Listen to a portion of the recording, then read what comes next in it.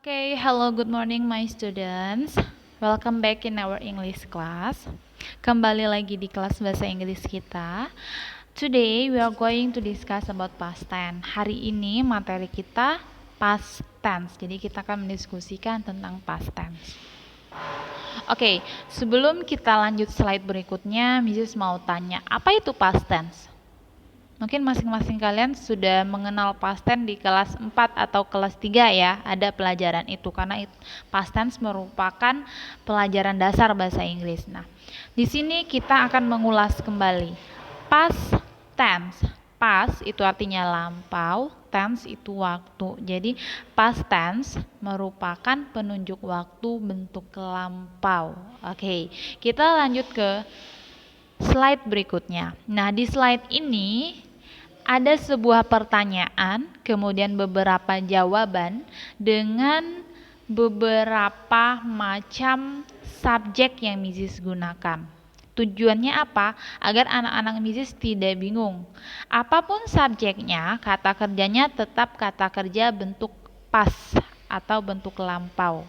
Nah, mungkin di kamus anak-anak bisnis bisa cari bentuk kata kerja kedua. Biasanya di kolom yang kedua itu merupakan kata kerja bentuk past tense. Silakan cek dan cari kamusnya. Nah, Mrs. bakal jelaskan pertanyaan what did you do? What did you do? Did di situ sengaja Mrs. warnai hijau. Kenapa? Karena did di situ merupakan kata bantu atau istilahnya kita kenal dengan auxiliary verb. Kata bantu untuk penunjuk waktu lampau yaitu past tense. What did you do? Oke, Mrs. kalau misalnya dia tidak ada kata kerja, tidak ada kata do-nya, berarti kata bantunya apa? Kita ganti dong, bukan did. Ya, benar sekali. Kita tidak menggunakan did lagi. Nah, itu pelajaran berikutnya bakal Mrs. jelaskan. Untuk saat ini kita fokus ke kata kerja atau kalimat yang menggunakan kata kerja. What did you do? Untuk past tense kata bantunya did ya. Apapun subjeknya kata bantunya did. Kemudian lihat di situ. I went to the hospital. It ate a fish. She ran around the field. He walked to the library. They washed my face.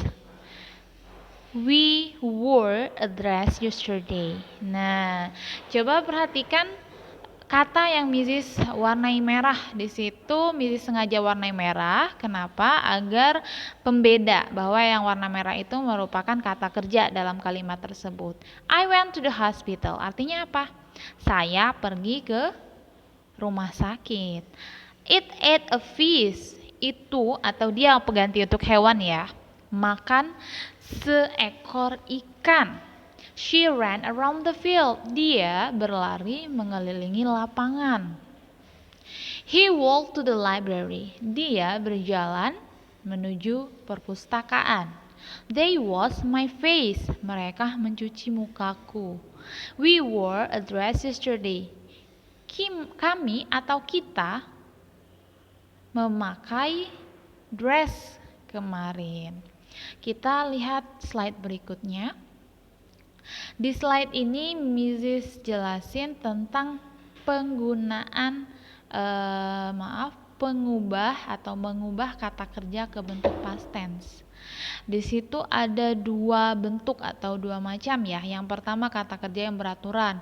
Mrs. kata kerja yang beraturan gimana ngubahnya? Cukup tambahkan ed aja. E sama D.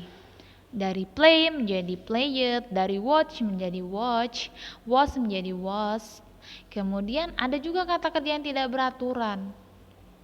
Kata kerja yang tidak beraturan, kalian silakan cek kamus, mungkin Mrs. ada salah, boleh bantu Mrs. untuk menjelaskan. Do berubah menjadi did. It berubah menjadi ate.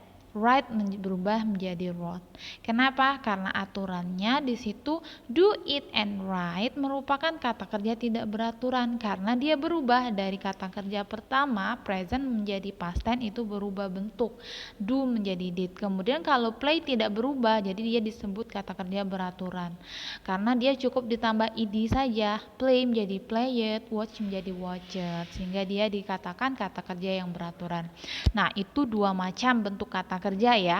Untuk lebih lanjutnya, anak-anak bisnis mungkin bisa browse di internet atau cek kamusnya. Di kamus itu lengkap sekali. Di situ ada kata irregular verb atau regular verb. Silakan dicek.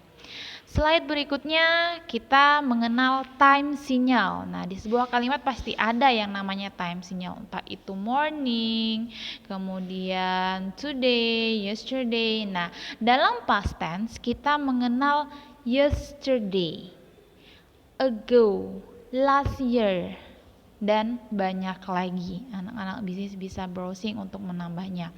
Di sini Mrs. tuliskan hanya 4 ya.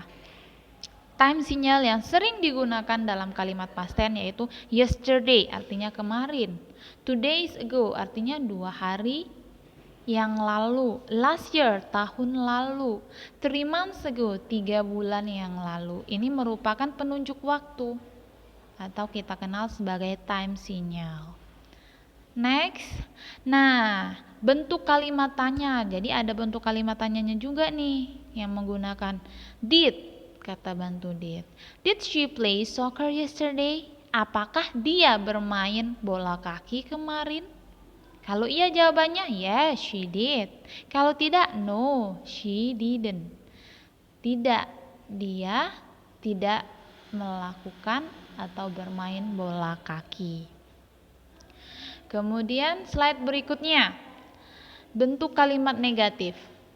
He did not play soccer. Nah, perhatikan not di situ kasih warna merah ya, karena pada kalimat negatif cukup tambah not saja setelah kata bantunya. Ingat, past tense kata bantunya did, apapun subjeknya.